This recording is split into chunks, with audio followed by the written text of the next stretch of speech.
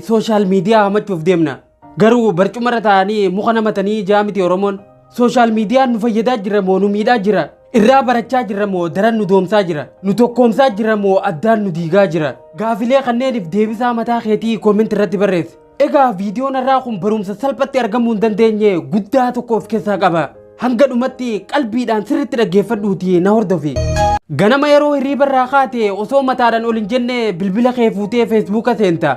Instagram irratti suuraa namoota olii fi gad ooftee ilaalta. Yoo waayifaan hin jiraanne yookaan kaardii keessaan qabaanne itti guuttachuudhaaf fiigda. Barreeffama tokko poosti gootee laayikii fi koomentii meeqa akka argatte deddeebitee ilaalaa oolta. Suuraan ati maxxansite reaaktii meeqa argateen hunda caalaa si yaachisa. Kompiitara mootummaan hojii ummataatiin hojjedhu jee biiroo keessa kaa'e ati laayikii fi koomentiidhaan lakkaa'aa oolta. Hojiin mana madaam dillituun osoo si eeggattu ati dhaabbattee koomentii riipilaay godhaa oolta. Ganama bariisaan akka hojii deemtu osoo beeytu halkan guutuu teessee viidiyoo TikTok oliif gad ooftee ilaalaa bulta. Daqiiqaa sadiifin YouTube irratti viidiyoo takka laala jettee seente osoo hin beekin viidiyoo 30 walitti dhaabdee ilaalta. Hiriyoota keetiin wal agartanii bilbila keessan laaquu malee osoo yaada tokkollee waliin jijjiirratin addaan baatan. Bilbila kee hedduu jaalachuurraa kan kee yeroo raftullee garaa jala kaatteeti rafta. Yeroo ifaan dhaame kan hunda dura si yaachisu chaarjii bilbila keetiti. Yeroon jaarsa yookaan jaartii teetiif kennitu hedduu xiqqaatee jira. Ilmaan keetii waliin yeroon ati dabarsitu hedduu gabbu'aa jira. Walitti dhufeenya hawaasummaa keetii badaati jira. Namootaan qaama wal agartee haasa'urraa Telegiraama yookaan miseenjeraan dubbisuutu irra siif laaffata. Konnekshinii addaan cituun du'a fakkaatee sitti mul'ata. Walumaa galatti jireenya kee bilbila kee keessatti galee jira. Gara dhimma ijoo arraan tana kaanefetti yeroo dhufnu baay'ina ilma namaa dugda lafaa tanarra jiran biiliyeena 7 keessa namoonni biiliyeena 3 ol ta'an sooshaal miidiyaa kanneen akka Feesbuuka, Instagraama, TikTok, Tiwiitara, YouTube fi kanneen kana fakkaatan ni fayyadaman. Kana dura filmiin qorannoo dhimma sooshaal miidiyaa irratti xiyyeeffate tokko Neetfiliksiin dalagamee ture. Qorannoon kun qorannoo salphaa sitti hin fakkaatin obboleessa kiyya. Namoonni qorannoo kanarratti gaafii fi deebiin godhameef namoota gaafa Instagiraamni uumamu waliin turan. Tiwiitara keessa waggoota hedduuf injiinarummaan kanneen hojjetan. Pinterest gaafa dura dhufu pirezidaantummaan nama achi keessa hojjechaa ture. Feesbuuka keessatti daayirekteera kutaa moonetaayizeeshinaa kan ture. Kanneen Google Drive kalaqan. Feesbuuka irratti mallattoo laayikii kan uume. Google keessatti diizaayinarummaan kan hojjechaa ture. Gmail gaafa dura kalaqamu warreen waliin turanii fi itti gaafatamtoota olaanoo Feesbuukaa keessa irraa illee ni jiran. Namoonni gurguddaan kun gariin isaanii fedhinnaa isaaniitiin hojii isaanii gadhiisanii kanneen baay'ee yeroo ta'an hedduun isaanii garuu sooshaal miidiyaaleen kunneen hojiin isaan dhaloota laamshessuuf hojjechaa jiran waan isaan jibbisiiseef wal lolanii yookaan ari'amanii kanneen ba'anidha. Hundi isaaniitu waanuma wal fakkaataadha nuuf himan. Jarri kun akkana jaan. Kaayyoon sooshaal miidiyaa hundaatu wal fakkaataadha.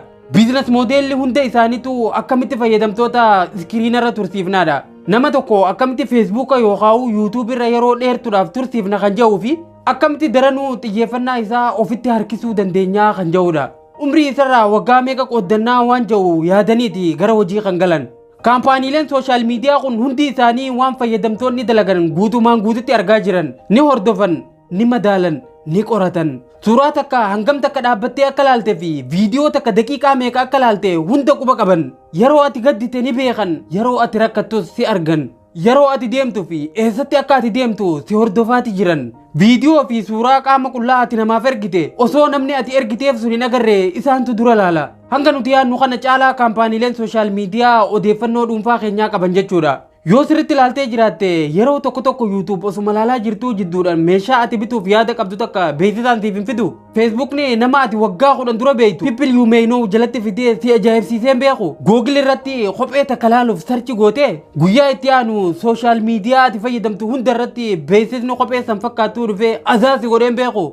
Jarri reefuu sun haasaa isaanii itti fufanii akkas nuun jaan. Appilikeeshinii sooshaal miidiyaa hedduun bilisa yookaan maallaqa malee waan fayyadamaa jiru nutti fakkaata. Garuu gonkumaa akkasii miti.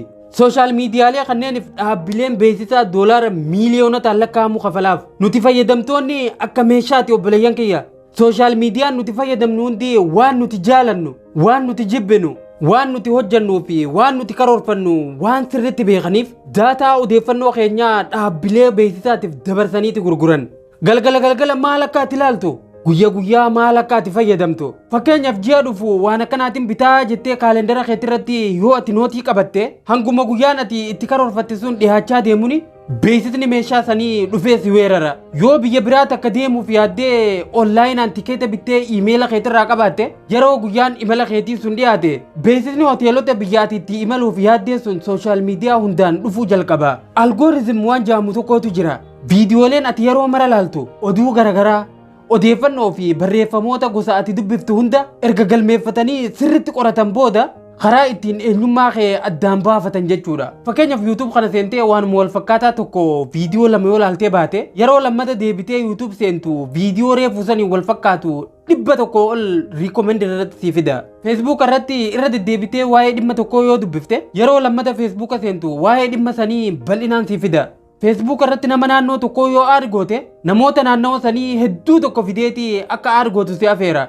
Fakkeenyaaf TikTok seentee intala qaama qullaa daansii taphattu takka viidiyoo lama yoo laalte sanboota TikTok viidiyoo dubartii qaama qullaa yaatu dila tana sitti gaffida. Yoo akkuma seente waan bashannanaa barumsa irraa argattu laaltees akkasumatti waan gaarii qofa siif roobsa jechuudha. Algooriizimiin TikTok immoo hundarraa adda. Fedhii kee sirriitti addaan baafatanii beekuuf jecha viidiyoo takka daqiiqaa meeqa akka ati ilaaltellee addaan baafatanii qoratanii lafa kaa'an. Jarri reefuun tana siif lakkaa'e sun akka jaanitti hojiin keenya fayyadamtoota sooshaal miidiyaa kana akka meeshaa yookaan kompiitaratti piroogiraam godhuudha. Namoonni eenyummaa fi amala isaanii guutumaan guututti akka jijjiirratan godhuudha. Ati nu biratti akka hantuuta qorannoof laaboraatoorii keessa jiruuti. Waan si ajaa'ibu addunyaa tana guutuu irratti indaastirii lama qofaatu fayyadamtoota isaanii yuuzarsi jee yaama. Tokkoffaan indaastirii baala sammuu namaa haduuchuu yeroo ta'u lammaffaan immoo indaastirii sooshaal miidiyaati. Indaastiriiwwan addunyaa tanarra jiran kanneen biroo hundi isaanii fayyadamtoota isaanii kastamar yookaan maamiltoota jaaniiti yaaman. Yeroo riifresh goote hunda oduu haaraa, suuraa haaraa fi viidiyoo haaraa akka agartuutu barbaadama. Sababni isaatis sii fi bilbila kee walitti maxxansanii hambisuufi.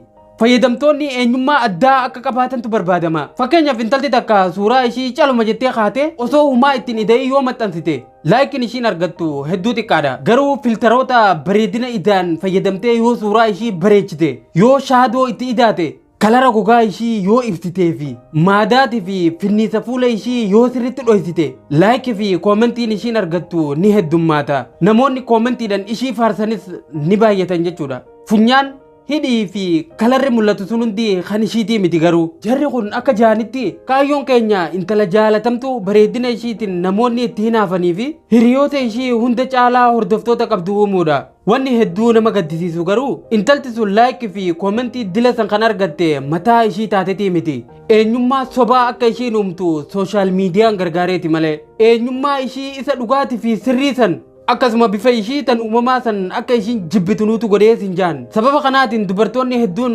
dhiphina sammuu keessa seenuu danda'an. Suuraalee sooshaal miidiyaa irratti maxxansan fakkaachuuf jecha dubartoonni hedduun qaama ofii bareechina ja'anii sarjarii yookaan qaama ofii baqaysanii tolfatan. Sababa kanaatis dubartoonni hedduun lubbuu isaanii dhabaati jiran. Kaayyoon guddaan sooshaal miidiyaa ingeejmentii sooshaal miidiyaa guddisuudha. Yeroo ammaa tana akka addunyaatti namoonni 215 ol ta'an araada yookaan haraaraa sooshaal miidiyaatiin qabamaniiti rakkachaa jiran. Haraaraan sooshaal miidiyaa kun akka malee hamaadha. Araada kookeentii wal fakkaata. Akka addunyaatti jiddu galeessaan namni tokko guyyatti sa'aa lamaaf waan isa fayyaduu fi waan isa hin fayyadne osoo laalu sooshaal miidiyaa kanarra ni tura. Kana jechuun namni kun umrii isarraa waggaa 5 guutuu sooshaal miidiyaa laaluudhaan dabarsa jechuudha. Obboleessa kiyya anaa fi atiyoo kan guyyatti sooshaal miidiyaa kanarra sa'aa 7 ol turru.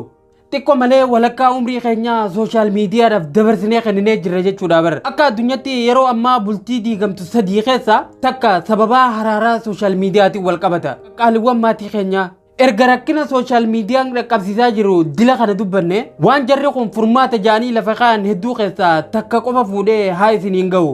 Jarri kun akka ja'anitti nootifikeeshina sooshaal miidiyaa ofirraa cufi. Daqiiqatti abalu poost laxxafe, abalu suuraa maxxanse, abalu poosti kee laayikii goote, abalu koomentii teetiif riipileey godhe ja'anii wanni daqiiqaadhaan nootifikeeshinii erganii biizii si godhaa oolaniif xiyyeeffannaa kee harkisanii yeroo ati sooshaal miidiyaa fayyadamtu ol guddisuufi bara.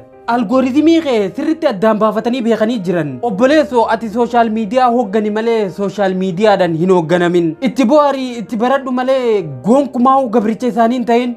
Yeroo seenuu barbaadde ofumaa yaadii seeni malee nootifikeeshinii isaan siif erganiin waswaastee hin seenin. Egaa kabajamtoota fi jaalatamtoota maatiiwwan chaanaalii Birraa Inspire itti fayyadama sooshaal miidiyaatiin viidiyoo wal qabatu yeroo dhiyootti waan isiniif dalaguuf rakkinaa fi miidhaa sooshaal miidiyaa irraa of baraaruuf furmaata waan ta'u yoo rabbi jee viidiyoo biraatiin isiniif dhufa. Hanga dhumaa waan nafaana turtanii na hordoftaniif hedduu galatoomaa. Viidiyoon kun nama hedduu bira ga'ee akka waa irraa barataniif laayikii godhuu hin dagatinaa.